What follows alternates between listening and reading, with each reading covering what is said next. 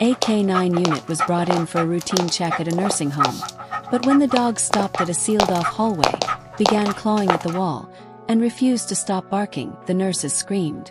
Minutes later, a hidden door was discovered, and behind it was something no one had seen in over 10 years.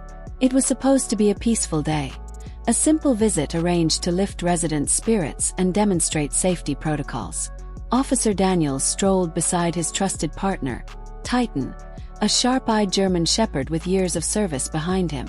Laughter echoed down the halls as nurses led curious residents to the recreation room. Titan moved calmly at first, sniffing hands and accepting pats, but as they neared the east wing, a hallway long unused, he suddenly froze. His ears twitched, and a low growl escaped his throat. Daniels tugged gently on the leash, confused. "What is it, boy?" Titan's body stiffened, and with a sudden jolt, he bolted down the deserted corridor, claws screeching across the tile. Nurses gasped. One elderly woman dropped her cup. Titan skidded to a halt outside a door with no label, barking furiously, scratching at the frame with relentless urgency. Officer Daniels rushed up behind him, startled. "Easy, Titan. What's going on?" A pale nurse caught up, breathless. "That door's been sealed for years," she stammered. "It used to be an old supply room. No one goes in there anymore." Daniels frowned. "Then why is it locked with a deadbolt from the outside?" The nurse hesitated, clearly nervous. "Probably just safety measures. Old buildings, you know." But Titan wasn't convinced. His body trembled, nose pressed to the crack as if detecting something beyond human senses. A resident whispered, "That room gives me bad dreams." Daniel stepped back, unclipped Titan's lead, and grabbed his radio. "Dispatch, we need backup. Something's not right." Minutes later, 2 officers and a maintenance worker arrived with bolt cutters. The hallway fell silent as tension thickened. Titan remained fixated, pacing and growling under his breath. With a sharp snap, the deadbolt broke. Dust billowed as Daniels pushed open the door, releasing a musty metallic odor. Flashlights cut through the gloom, revealing a room frozen in time. Rusted wheelchairs, broken crutches, cracked bedpans. In the corner lay a large tarp smeared with dried stains and a small plastic-wrapped bundle half buried under debris. Titan barked sharply. Daniels stepped closer, heart pounding. "What the hell is this place?" one officer whispered. As they cleared debris, Titan circled the back wall, scratching until his claws tapped against a hollow panel. Daniels traced a nearly invisible seam. "There's something behind this." With a crowbar, they pried it open, revealing a narrow, sound-proofed passage.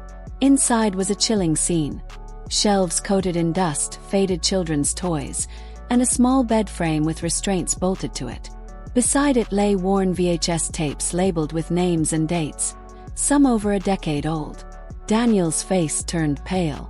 "This wasn't a supply closet," he said grimly. "This was a prison."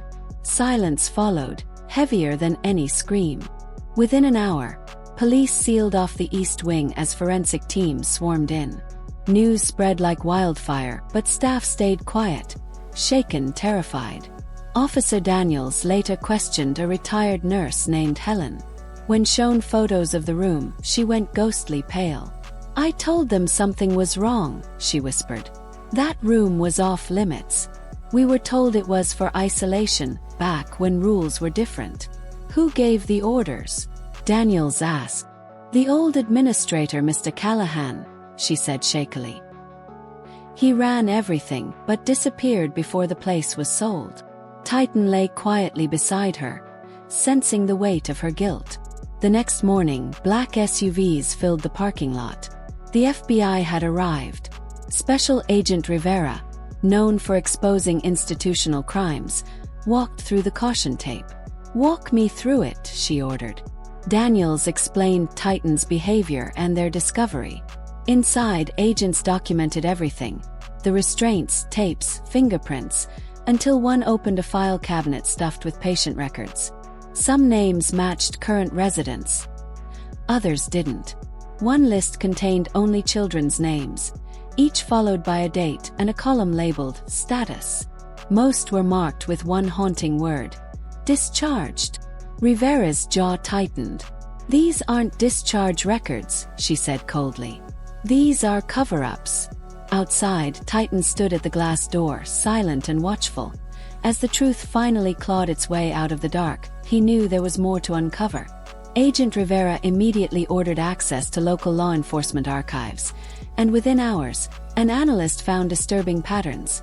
Names from the nursing home's files matched multiple missing person reports filed between 2009 and 2014. Most were marked as closed due to administrative errors, transfers, or family relocation, but none had follow-up documentation. One file stood out: a 6-year-old girl listed as temporarily placed at Ridgeway for emergency care after a family tragedy. Her case had gone cold. No next of kin, no remains ever found. What 6-year-old gets placed in a nursing home? Rivera asked, her voice tight. Daniels shook his head. It was buried in red tape. Someone knew exactly how to hide it. As more files surfaced, they revealed ignored complaints, reports of strange noises, bruises, and children seen at odd hours. All dismissed. It wasn't incompetence. It was deliberate. The home hadn't just failed people. It had hidden them. And now, because of Titan, every buried secret was clawing back into the light. Forensic teams began processing the hidden room's contents, and soon made a chilling discovery. Beneath the floorboards, they found delicate bones wrapped in tattered fabric, an old bracelet still clinging to one small wrist engraved with the name Leah.